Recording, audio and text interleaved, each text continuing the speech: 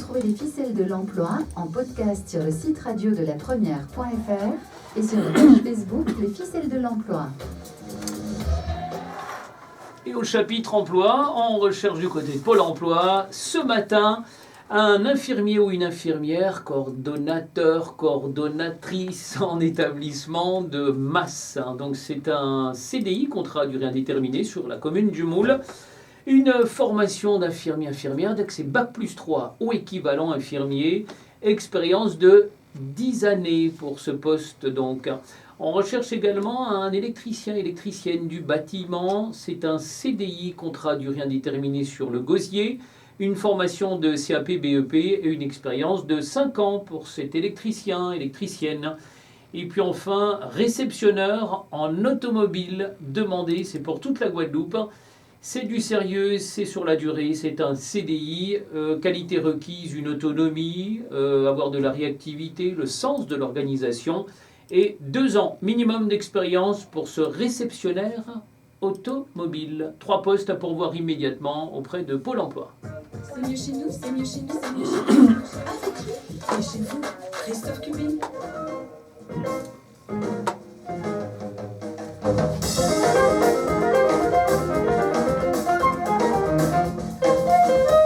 Elle est bien ma musique.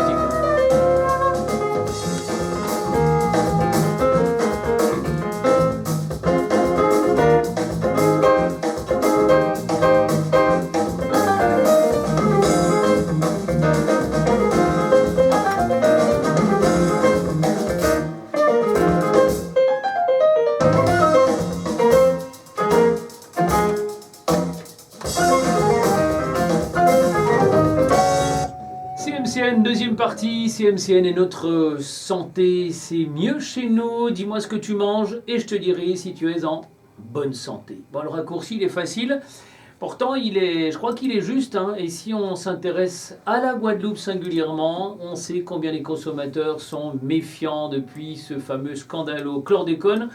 Depuis le début des années 80, on savait déjà, mais rien n'a changé. Il a fallu attendre 93 pour l'interdiction d'épandre ce poison dans nos sols, mais trop tard, on le sait, et on en subit les conséquences aujourd'hui. Alors, à quel saint se vouer, à qui faire confiance? On va essayer d'y répondre et puis peut-être vous rassurer avec mes invités. Franciane Gamiette, responsable de Guadeloupe Agriculture Gestion Écologique, c'est ce qu'on appelle le GAGE, c'est ça? Bonjour Franciane. C'est exact. Bonjour Christophe.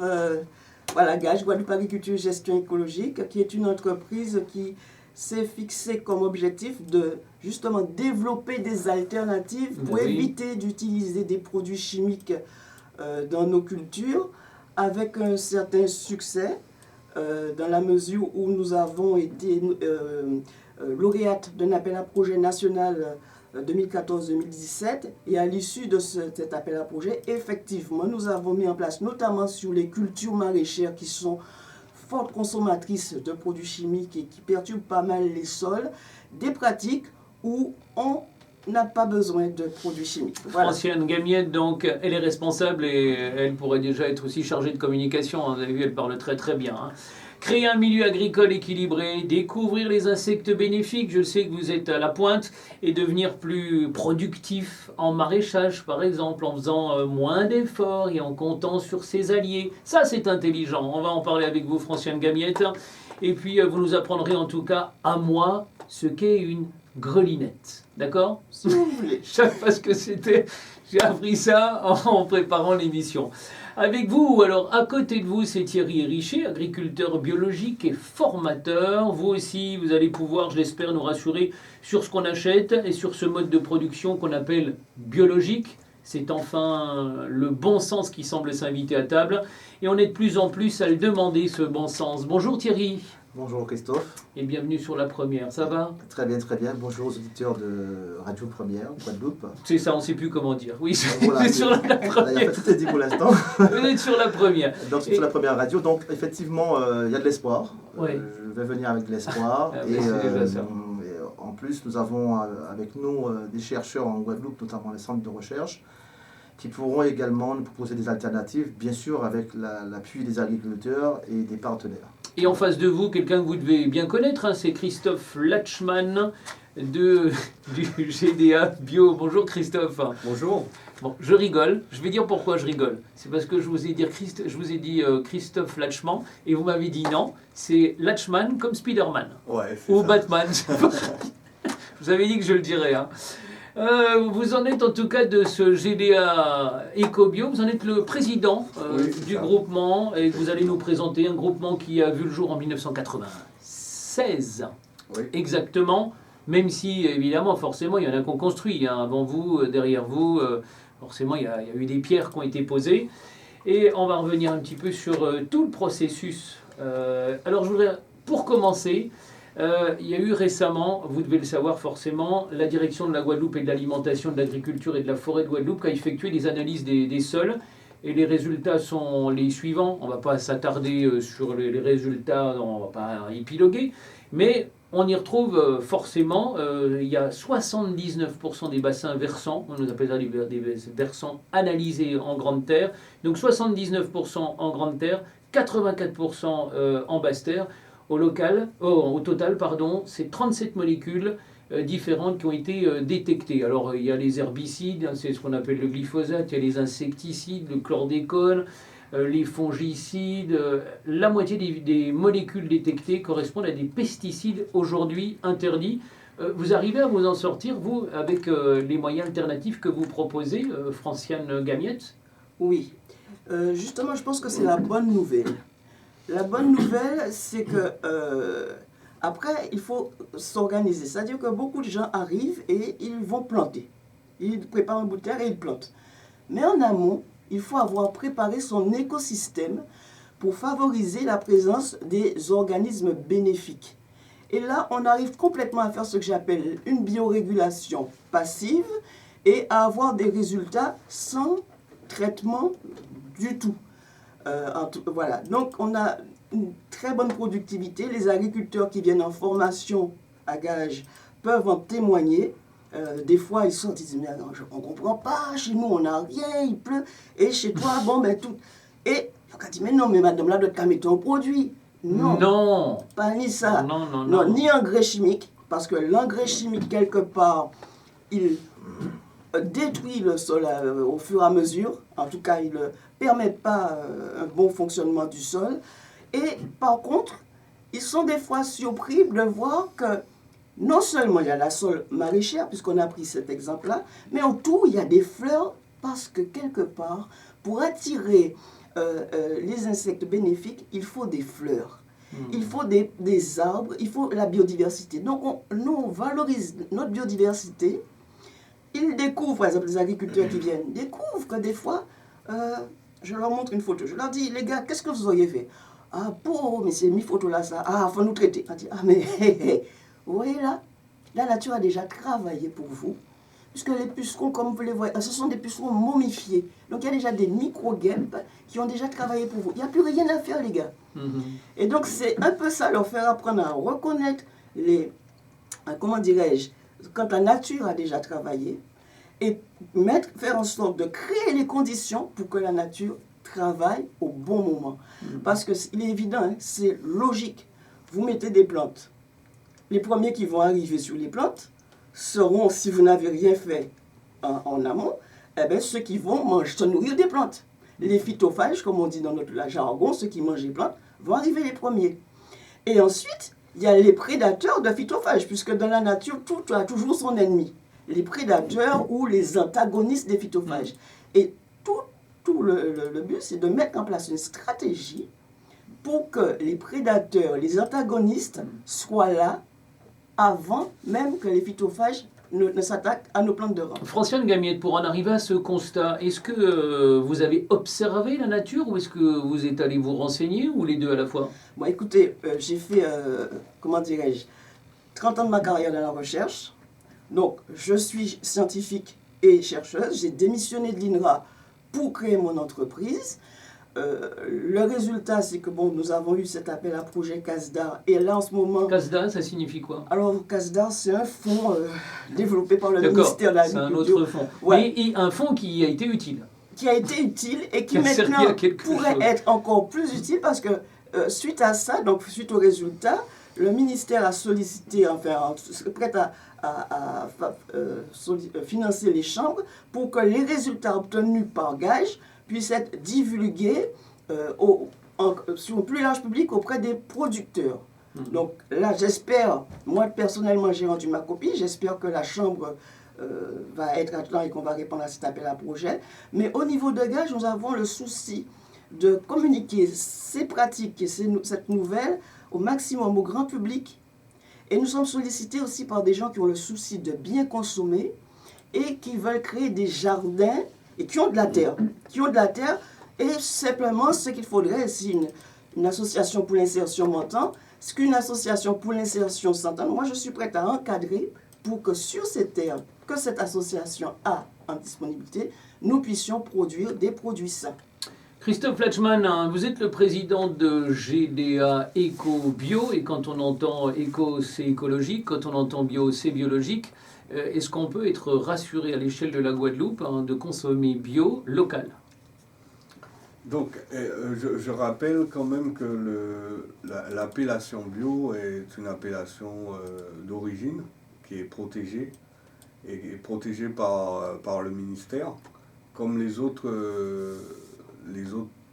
labels du ministère comme IGP. Donc, vous voulez me dire que le bio, qu'il soit made in Guadeloupe ou made in, pas Taïwan, mais made in France ou Espagne, ça a la même valeur? En fait, c'est plus compliqué que ça. Le bio, si on reste dans la philosophie et dans l'objectif de diminuer les effets sur l'environnement, il vaut mieux éviter d'acheter du bio d'Australie en Guadeloupe. Donc, déjà, si on juge par l'impact carbone, hein, juste Exactement. ça, forcément, s'il vient c'est se donner bonne conscience. Donc mais si pas pour la planète. on veut faire du commerce équitable, le plus proche de nous, c'est les producteurs bio de Guadeloupe et d'acheter de la production qui vient d'ici. Donc la production bio, c'est une production qui est certifiée dans le cadre d'un cahier des charges.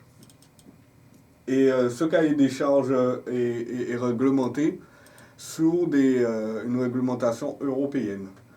Et nous, on a un organisme certificateur, on en a deux en Guadeloupe, EcoCert et Certipac, qui viennent contrôler les agriculteurs sur leurs parcelles. Donc c'est quelque chose de très encadré. Souvent, des gens nourrissent des poules et ont des œufs et mettent devant pancarte œufs bio à vendre, mais c'est pas... sans avoir analysé la terre forcément, qu'elles sont en train de picorer. Donc, alors que nous, dès la demande du certificat, il y a un contrôle obligatoire des parcelles pour identifier s'il y a des traces de chlordécone. C'est plutôt rassurant en tout cas, Christophe Latchman. Est-ce que vous remarquez que les consommateurs et le consommateur que je suis est plus regardant qu'auparavant sur ce qu'il a dans son assiette? Oui, bien sûr. Nous, on a une demande qui explose. Le souci, c'est qu'on n'a pas les moyens qui explosent. C'est quoi? C'est une histoire de surface de moyens. Il faut savoir que la plupart des exploitations, lorsqu'on s'installe, on n'est pas sur des corps de ferme comme en France où on rachète quelque chose déjà fonctionnel. On arrive sur une propriété. Il faut créer la voirie, les routes d'accès, au minimum un petit vestiaire pour se changer ou s'abriter lorsqu'il pleut. Avoir un peu d'eau, le stockage de l'eau, les infrastructures. Souvent, nous, on est dans des zones qui ne sont pas structurées, dans les bois ou au bord du littoral. Et donc, nos petites exploitations ont du mal à financer ces genres d'investissements. En tout cas, votre petite entreprise bio ne connaît pas la crise, puisque c'est en plein boom. Thierry Hérichet, agriculteur biologique, je vais vous donner la parole dans un instant. Hein. Vous avez forcément, c'est même combat pour vous deux, Thierry et Christophe. Et puis, je sais que Franciane trépigne d'impatience, mais il va falloir patienter encore. Franciane, je vous demande un petit peu de patience, on revient dans un instant. Et si vous voulez intervenir pour parler du bio et de la production, le maraîchage ici en Guadeloupe, n'hésitez pas. 05 90 96 6000.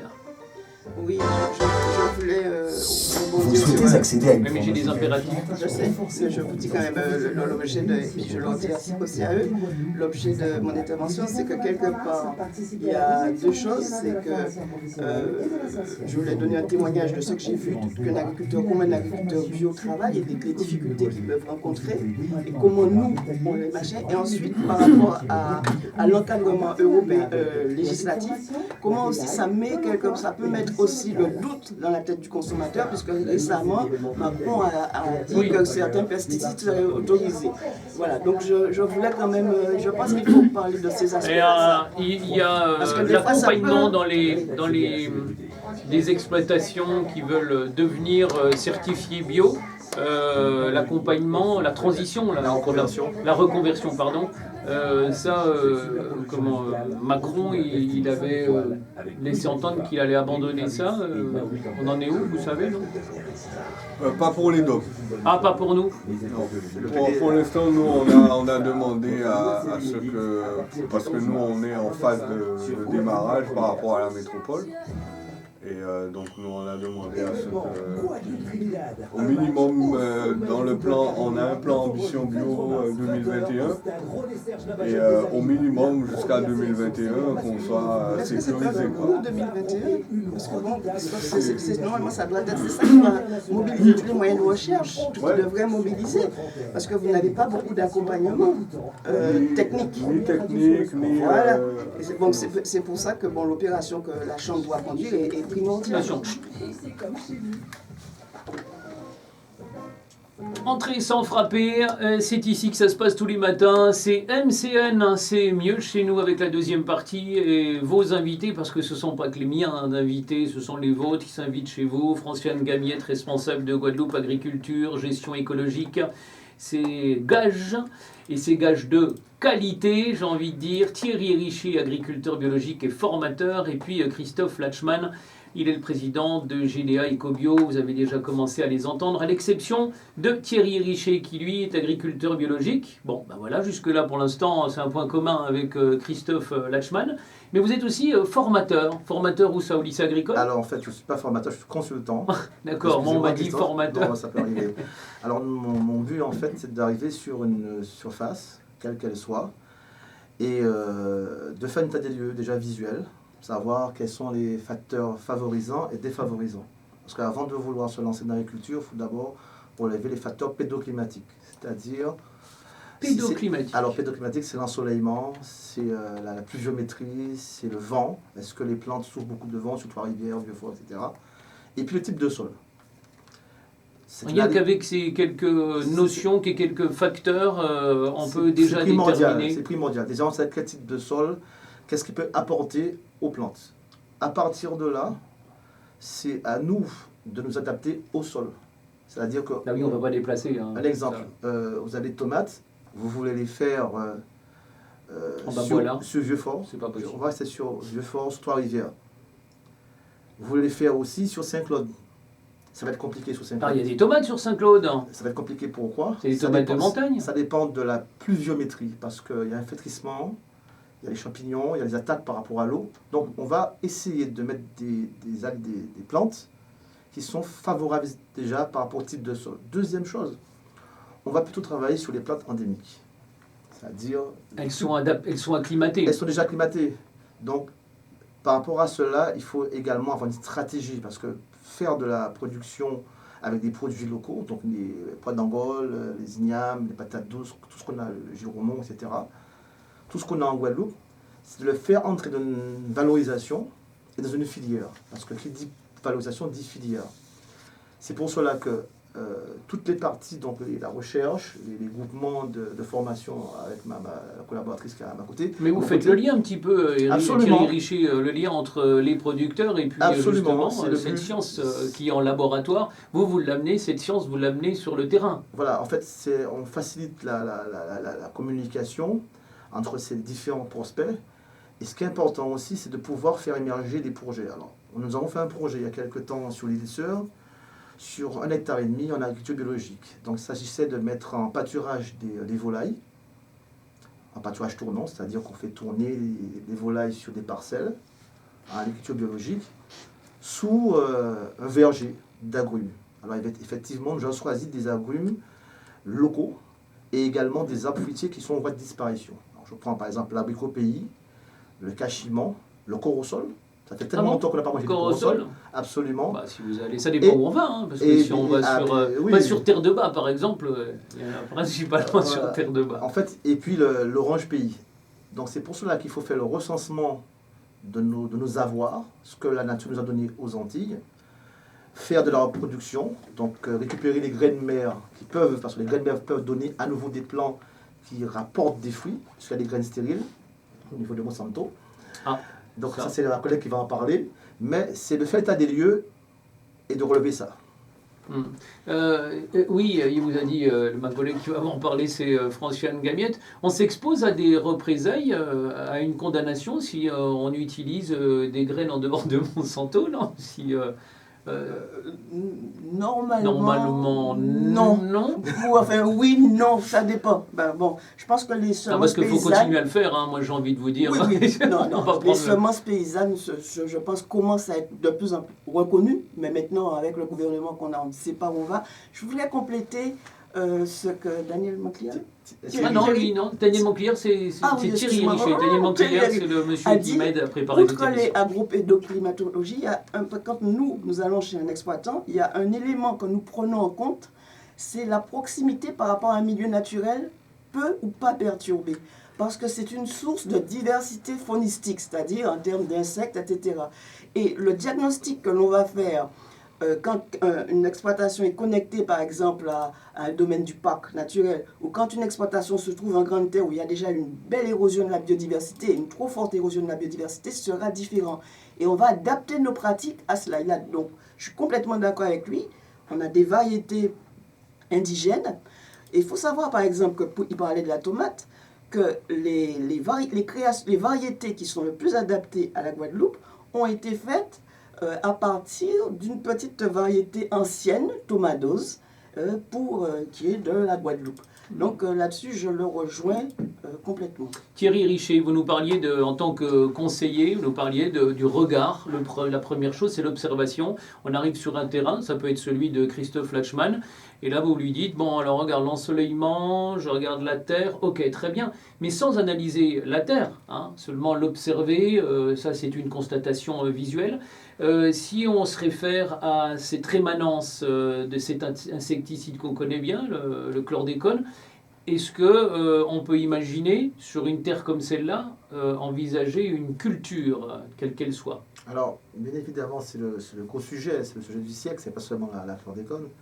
Ce que je veux dire, c'est que les terres qui sont contaminées, il faut les recenser. Elles sont recensées. Comme celles qui ne sont pas contaminées. Donc on aura un bilan des terres qui sont disponibles pour pouvoir travailler. Maintenant, les terres qui sont contaminées, qu'est-ce qu'on fait avec? Il y a quelques années, nous avons fait un projet de plantes tropicales coupées. C'est-à-dire qu'on gardait tout le système de la banane, on va parler de la banane, donc les stations d'écarissage qui permettaient de couper les bananes, les bacs à eau pour laver les bananes, les cordes, les câbles électriques qui transportaient les bananes, et on avait projeté de remplacer ça par des fleurs tropicales coupées, donc oiseau de paradis, balisier, lemtinger. Voilà, ça pousse dans ces terres, terres contaminées, ça ne pose aucun problème. Ça ne pose aucun problème. Et en fait, je vois qu'il y a un moment donné, il y a une recherche à l'INRA qui a été orientée vers cette problématique.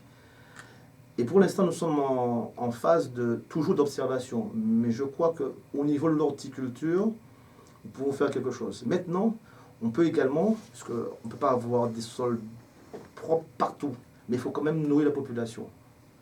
Donc, les sols qui sont contaminés, nous pouvons faire ce qu'on appelle des plantations hors sol. C'est-à-dire que ce sont On les limite un peu dans la superficie quand même, forcément. Ah non, mais Hors justement, vous avez 30 hectares de sols qui sont chlordéconés. Vous faites des hors-sols en escalier, même sous des régions montagneuses. Donc on peut contourner ce problème C'est-à-dire que lié... ce sont des bacs qui sont avec des sols sains, des intrants soit d'origine mixte, animale et végétale, donc du fumier, on va dire, du compost, ou bien des substrats. Donc ce n'est pas de l'agriculture biologique, ce n'est pas un label AB, mais c'est un des moyens avec l'horticulture tropicale de Une moindre valoriser. Contamination alors. Non, pas du tout, Pas du parce tout. que le sol, les bacs ne seront pas en contact avec le sol directement. On va amener du sol propre et du compost. Donc, pour les sols contaminés, on va planter les fleurs directement, et tout ce qui est ombellifère, enfin, l'étude, tomates, etc., on pourra le faire sur les substrats. Christophe Latchman, vous êtes le président de GDA Ecobio, je l'ai dit, vous comptez 17 membres, hein, vous me dites si je me trompe, et sur les 29 producteurs ou transformateurs biologiques actifs, certifiés bio par EcoCert, donc en Guadeloupe. Vous pensez... Ça a beaucoup changé. Ah, ça a beaucoup changé? On est 23 au GDA. Donc elles sont erronées, les infos que j'ai alors. Non, mais ça a évolué, c'est parce qu'on travaille. Hein. Ça change tous les jours. Oui. Demain, ça sera différent encore. Et nous sommes 55 certifiés en Guadeloupe. Donc ça bouge, les chiffres changent chaque année parce qu'on a un Et le marché objectif grandit. d'atteindre 80 agriculteurs bio à l'horizon 2020. Le moyen d'écouler votre marchandise, c'est lequel? C'est marché, pas seulement. Nous avons le marché bio du mercredi. Là à côté, Ouais, juste à côté. à l'ancienne chambre d'agriculture. Ancienne chambre d'agriculture de 13h à 15h. Ça marche bien? En fait, ça marche tellement trop bien, c'est qu'il n'y a pas assez de produits. Vous voulez qu'on passe une annonce à la population, qu'on leur dise de ne surtout plus venir, non? Non. Non. Une annonce qu'il faut encourager les Ouais. agriculteurs. Mais souvent, en fait, les clients restent encore avec l'idée du supermarché. Ils sont des consommateurs, pas des consommateurs. Tout simplement, si je veux avoir des ignames en décembre, il faut que je prépare ma campagne aujourd'hui. Si j'ai pas l'argent pour acheter les plants, pour labourer la parcelle, irriguer la parcelle, parce qu'il fait chaud, c'est le carême, je n'aurai pas d'ignames pour décembre. C'est pas compliqué. Donc, c'est la préparation des campagnes de plantation, organiser, avoir les fonds qu'il faut pour mettre en place sa plantation, souvent qui nous fait défaut sur nos exploitations. Vous proposez des solutions alternatives, en tout cas vous vous aidez, Franciane Gamiette, vous nous promettez en tout cas des moyens alternatifs, hein. Comme vous l'avez dit, vous utilisez la nature, c'est la nature au service de la nature. C'est exact.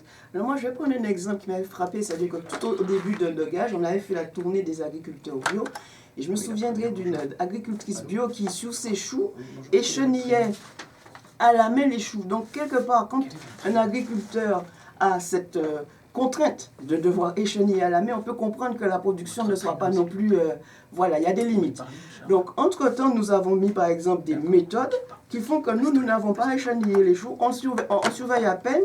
C'est simple, les papillons ne pondent pas sur nos choux compte tenu du cortège floristique que l'on met autour. Et donc, ce sont des pratiques qui, à la fois, sont beaucoup moins consommatrices en temps, donc c'est pour ça qu'on dit que moins d'efforts, beaucoup moins consommatrices en termes d'énergie, parce qu'on ne retourne pas la terre, par exemple, c'est un principe de base.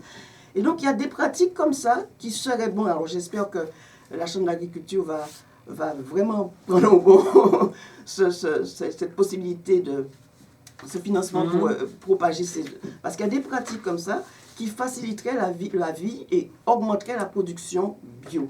J'aimerais bien vous demander pour me faciliter ma vie à moi, hein, parce que moi aussi j'ai mon petit jardin et j'ai toujours le même problème, mais c'est le problème que tout le monde rencontre avec ce qu'on appelle les...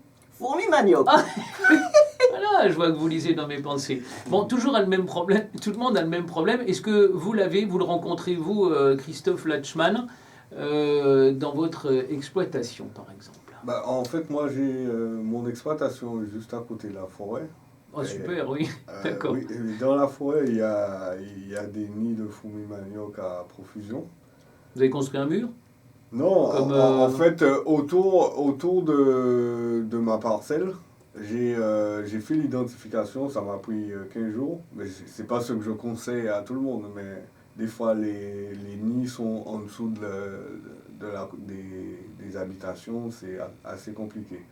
Et moi, j'ai identifié les nids et j'ai éliminé l'un après l'autre en bougeant quoi, le nid.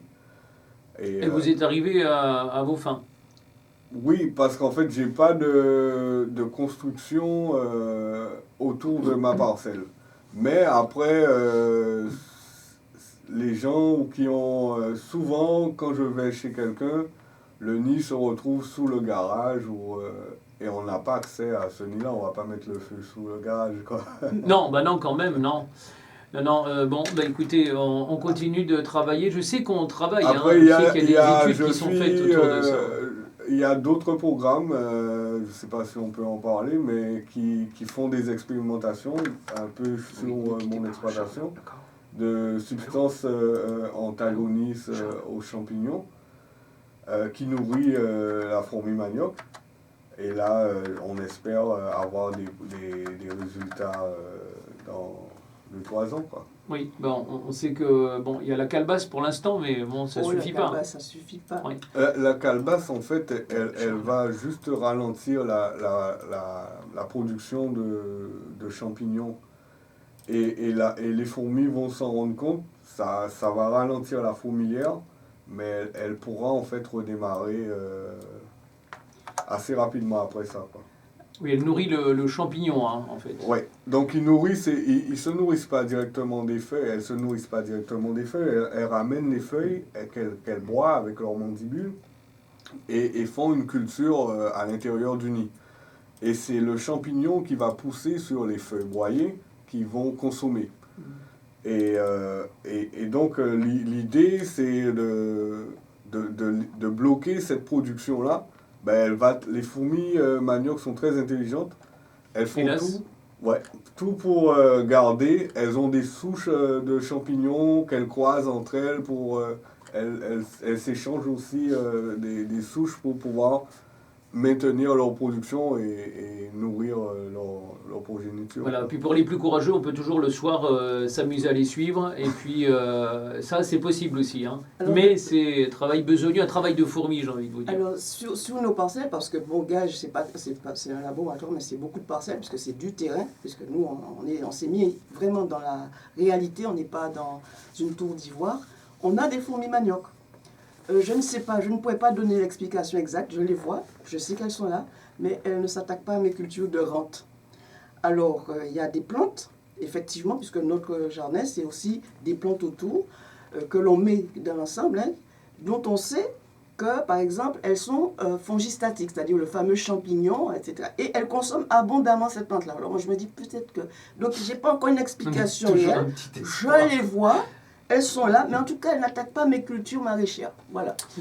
On va clore le chapitre évidemment sur la fourmi manioc, mais ça nous prend beaucoup de temps, à la fois sur le terrain et ici dans ce débat autour du bio et puis de ce qu'on a dans notre assiette, parce que évidemment, elle nous handicape bien si on a envie de produire ce qu'on a dans l'assiette. Franciane Gamier, Thierry Richer, Christophe Latchman, vous ne bougez pas, on revient dans un petit instant, voici quelques conseils. Et on ira faire un tour, vous allez voir, dans une boutique qui vend du bio. On essaiera de savoir ce que le consommateur demande. Est-ce qu'il est un peu plus soucieux de ce qu'il a dans son assiette? On va y revenir.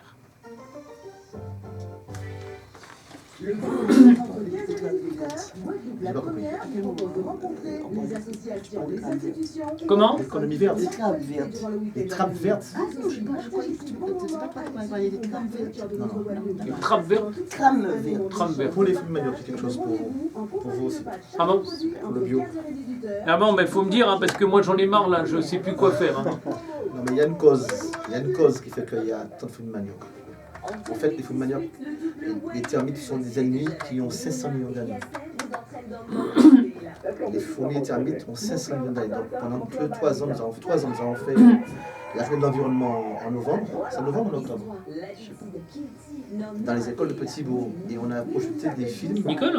qui montraient... Oui, les guerres oui, Nicole, ne quittez pas, hein, d'accord?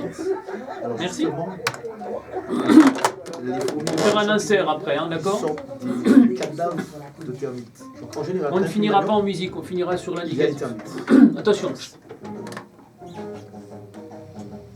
On continue de se balader dans la propriété, grande propriété en bordure de forêt, celle de Christophe Lachmann, le président de GDA Ecobio, et éliminé d'ailleurs de toute bébête qu'on appelle les fourmis manioc. Thierry Richet également avec nous, agriculteur biologique et conseiller. Si j'en profite d'ailleurs, petite parenthèse, Thierry Richet, si j'ai besoin de vos conseils, je peux avoir... Je peux faire appel à vous? Alors, pour l'instant, nous sommes en phase de chantier, c'est-à-dire que avant de donner des informations spécifiquement et individuellement, on peut faire passer par des structures existantes qui vont, donc le GDA Ecobio, toutes les personnes motrices, pour faire un travail collectif. Notre but n'est pas justement de travailler de façon individuelle, mais de mobiliser des savoirs et des sciences. Oui, ah oui. Je sais, vous, que Franciane Gamiette, en tant que responsable de Guadeloupe Agriculture, Gestion écologique, ce fameux GAGE, vous organisez des ateliers. On va y revenir sur ces ateliers. Je voudrais vous présenter Nicole Palatin, qui, elle, est responsable d'une boutique bio qui s'appelle Oxygène, pour ne pas la citer, du côté de Pointe-à-Pitre. Bonjour, Nicole. Bonjour Christophe. Et bienvenue dans CMCN avec mes invités. Je voulais juste savoir, en tant que responsable de cette unité de vente, de ce magasin, est-ce que vos clients sont plus enclins à savoir ce qu'ils ont dans l'assiette? Est-ce que les questions sont un peu plus techniques, un peu plus poussées? Est-ce qu'on vous pose des questions plus qu'avant? Oui, c'est vrai, parce que depuis 25 ans que nous sommes là, nous avons constaté que les gens s'intéressaient beaucoup plus à ce qu'il y avait dans le sachet. Parce que nous ne vendons pas des légumes bio, nous vendons des compléments alimentaires, nous vendons des aliments bio. Les gens ont tendance, avec tous les nouveaux labels, les gens s'intéressent à ça, savoir que représente tel ou tel label. Et surtout, d'où vient la provenance du produit. Il ne suffit pas que ça soit que nous l'ayons commandé en France, mais ils veulent savoir d'où vient le produit, s'il a été importé, si la France l'a importé de quelque part d'autre. Ça, c'est quelque chose qu'on ne voyait pas avant. D'accord. Et est-ce que ce label bio, quand c'est fabriqué en France, par exemple, est-ce qu'on on est plus rassuré? Est-ce que le consommateur, votre client, est plus rassuré? Oui, je pense, oui. Effectivement, avec le label AB, ils sont contents.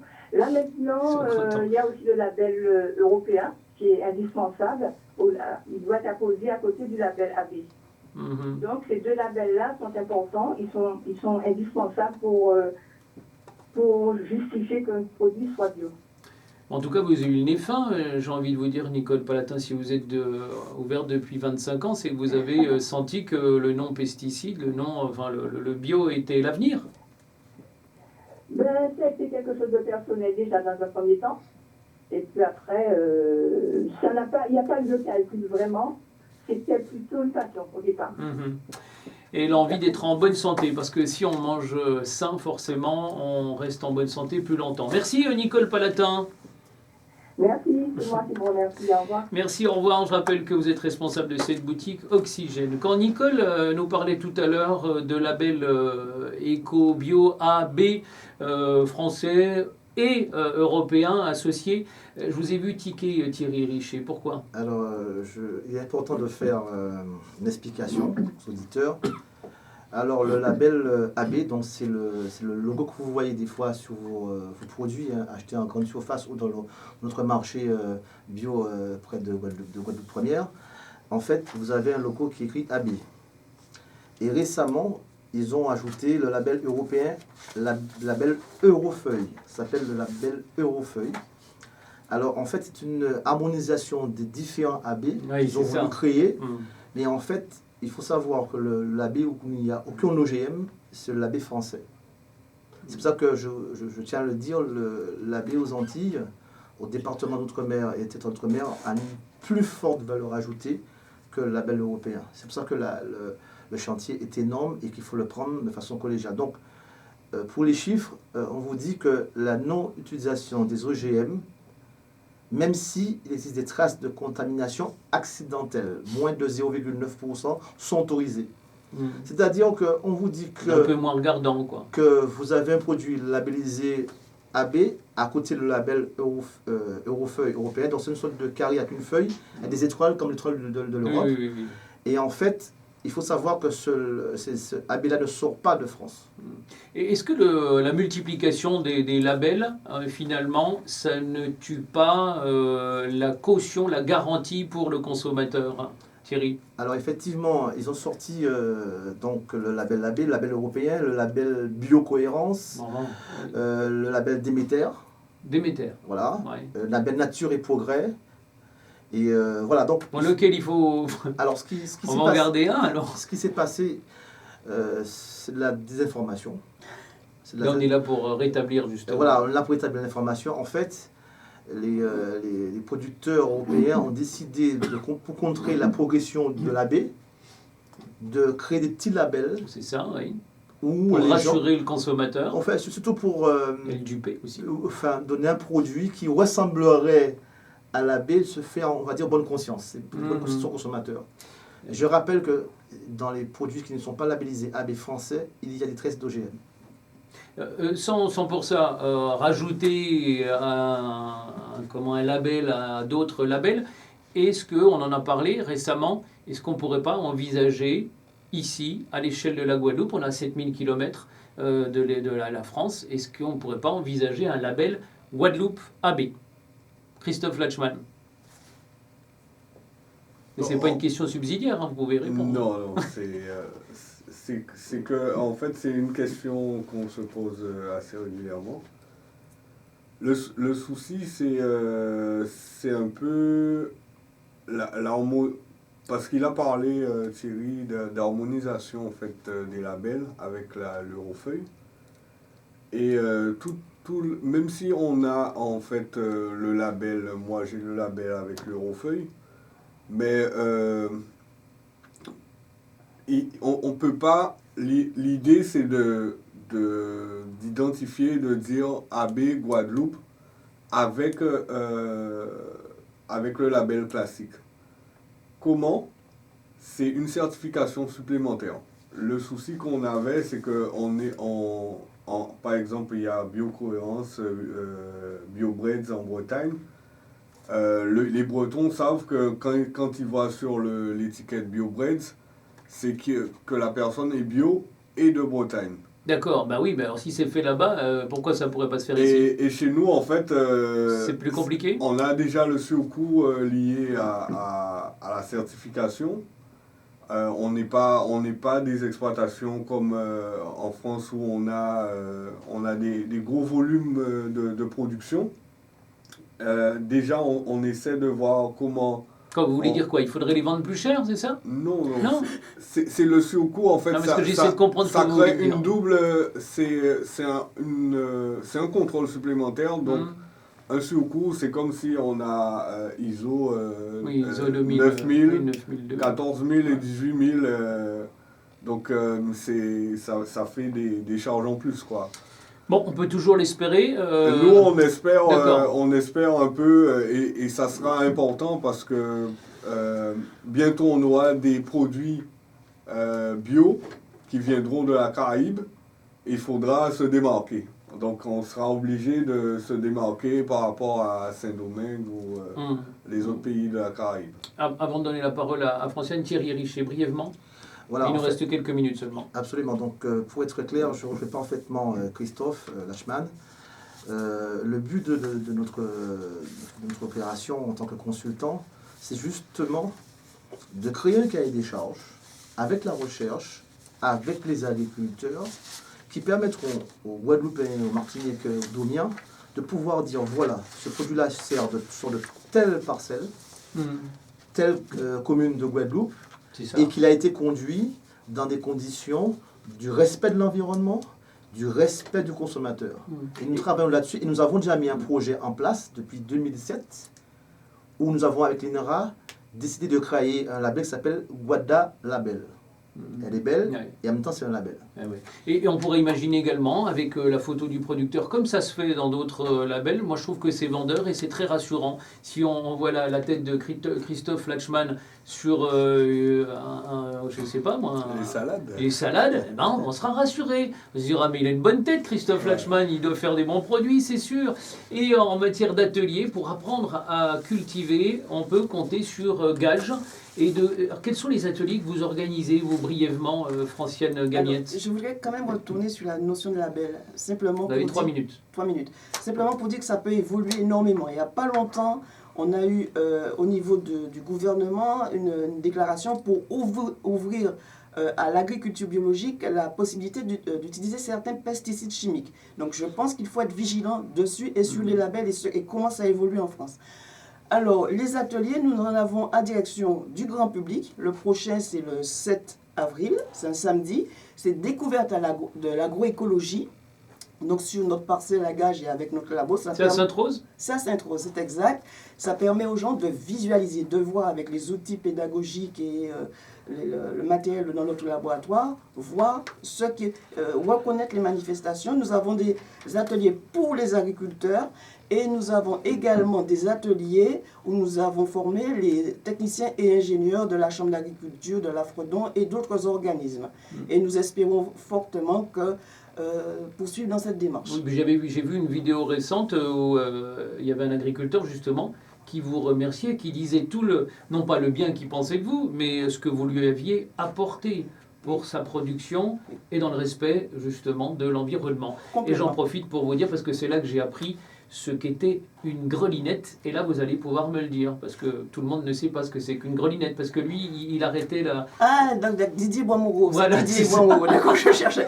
Ok, donc la grelinette, c'est un instrument, on va dire, qui est plus ergonomique que la fourchette, et qui... pour manger, vous voulez dire? Non, la fourchette pour retourner la terre, et qui ne retourne pas la terre. Cependant, c'est un outil pour l'agriculteur du dimanche. Enfin, je veux dire que l'agriculteur... Oui, c'est pas Christophe Lachmann, hein, évidemment, voilà. Parce que s'il va avec la grelinette, mais il y a d'autres moyens faim, mécaniques pour faire le même travail. Et donc, cette grelinette, je pense qu'elle fonctionne bien sur certains sols de Guadeloupe, pas sur tous les sols. Mais pour certains sols, effectivement, oui, on peut utiliser cette grelinette.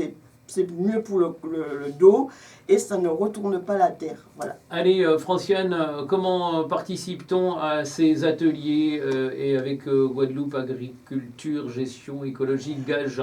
Alors, vous allez sur le site www.gageko.com. Comment G-E-K-O.com. Et vous vous inscrivez. Nous avons mis notre programme prévisionnel d'ateliers, que ce soit à destination du grand public, des agriculteurs ou des techniciens et ingénieurs du monde agricole. Si on veut manger bio et manger Christophe Lachmann, ce que produit Christophe Lachmann, étendez-vous, là aussi on va sur le marché. Sur le marché bio, derrière la ancienne chambre d'agriculture, derrière Guadeloupe Première. Et c'est vous qui vendez, il n'y a personne d'autre. Vous êtes le producteur, vous êtes le vendeur. Oui, c'est de la vente. Le mercredi de 13h à 15h. Merci beaucoup Christophe. Et pour bénéficier de vos conseils, c'est pas possible? Alors, on peut me contacter par mail sur LinkedIn. Comment? LinkedIn. Voilà, vous cherchez, tapez Eric et Thierry et vous allez voir déjà nos réalisations sur l'économie verte et l'économie bleue. Merci beaucoup, madame et messieurs. Franciane Gamiette, responsable de Gage. Thierry Richet, agriculteur biologique et consultant. Donc, comment ça? Qu'est-ce qu'il y a? Pourquoi vous dites ça? Non? J'ai dit une bêtise?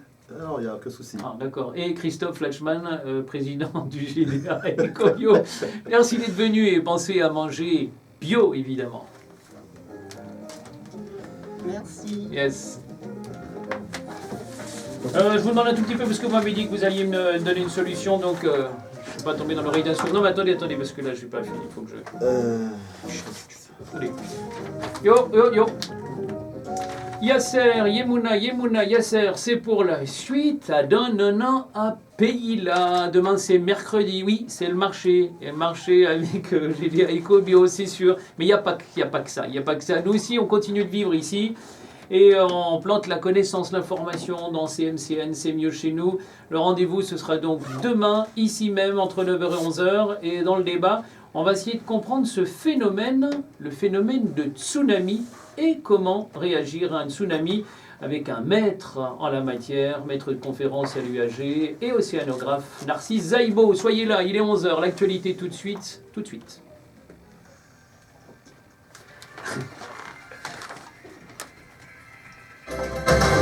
Armand Perrault-Lega pour l'info à 16h. Bonjour Armand. Bonjour. À la une, Nicolas Sarkozy, Alors. garde à vue, l'ex-chef de l'État est interrogé.